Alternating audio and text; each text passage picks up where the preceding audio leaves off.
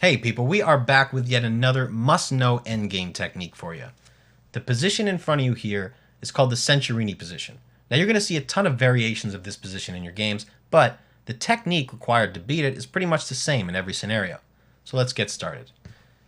But before we do, I just want to take a couple seconds to seriously thank you guys for being part of such an extraordinary community and for watching my videos.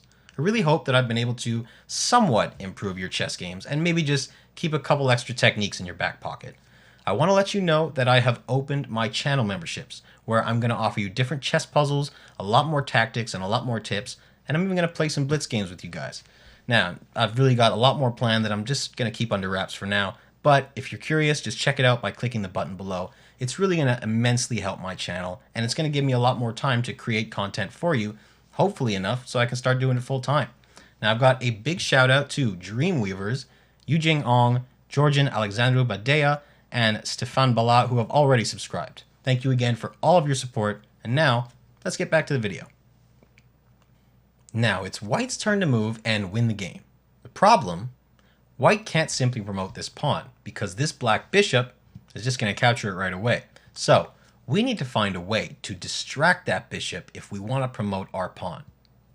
The winning idea in this position for White is to sacrifice their bishop in order to deflect the black bishop from guarding that b8 square.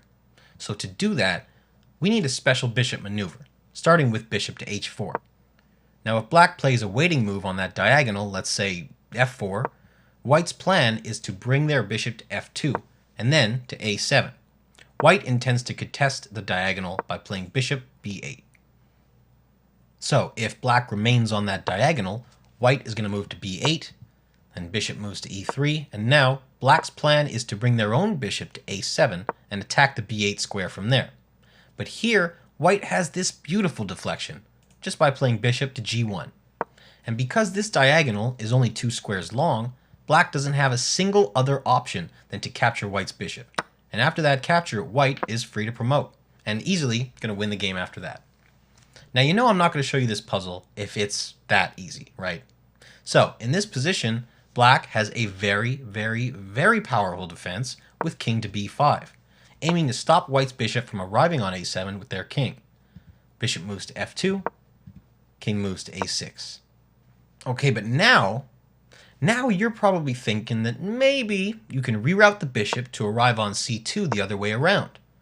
Unfortunately, you're going to get there just a little bit too late, because the black king is also going to arrive on c6 in time to stop the bishop getting there on c7. So, what is the solution? Let me know if you can spot the winning idea in this position. Let me know in the comments if you're able to find it before I said it. And let me help you out a little bit. The winning move here, the only winning move here for White, needs to be played from this position. Alright, the winning move is bishop to c5. And you're going to see in a minute why this move is so brilliant and why it's so effective and why it's the only move that's going to win you the game. Now first of all, the black king can't move, because it needs to guard this a7 square. So the only piece available to move is their bishop.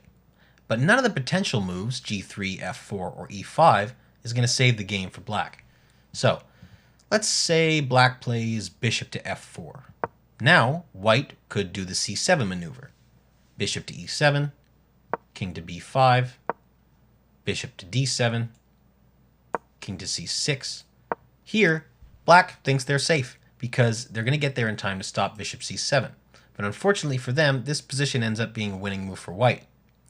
The most important aspect that changed is that black's bishop is not on h2. And because of that, White can play this extraordinary sacrifice with bishop to g5. And if black captures, White is going to promote the next turn. So, black goes back to h2. This has just become a winning situation because the white bishop only needs 2 moves to reach that a7 square, whereas the black king needs 3 to stop it. In the initial scenario, the white bishop would have needed 3 moves to reach a7. So, we now have bishop to e3, king to b5, and we finally arrive on a7. So from here, White has the same winning pattern that we saw earlier. That was in Chess Awesome. I really hope you guys enjoyed this very short and sweet video and found it a little bit helpful. I'll see you in the next one.